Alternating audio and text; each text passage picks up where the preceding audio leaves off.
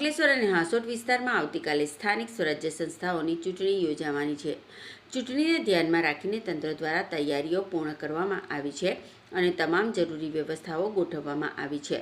ચૂંટણી માટે તાલુકા પંચાયત અને જિલ્લા પંચાયતની સામગ્રીનું વિતરણ અંકલેશ્વરની જીનવાલા હાઈસ્કૂલ પરથી કરવામાં આવ્યું છે, જ્યારે નગરપાલિકાની ચૂંટણી માટેની સામગ્રી આદર્શ હાઈસ્કૂલ પરથી વહેંચવામાં આવી છે।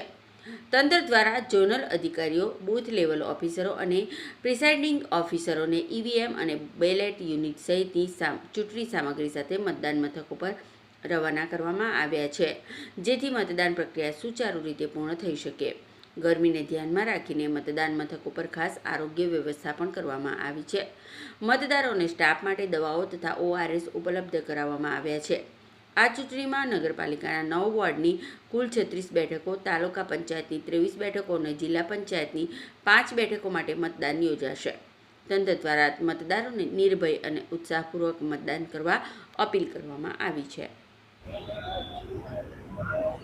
આજ રોજ નગરપાલિકા સામાન્ય ચૂંટણી 2026ના કામે તમામ 48 મતદાન મથક આવેલા છે। એ તમામ મતદાન મથકોએ મતદાન સ્ટાફ ને બધું સાહિત્ય અને વીએમ આપી દેવામાં આવેલા છે અને આજે અત્યારે રવાના કરવામાં આવેલા છે।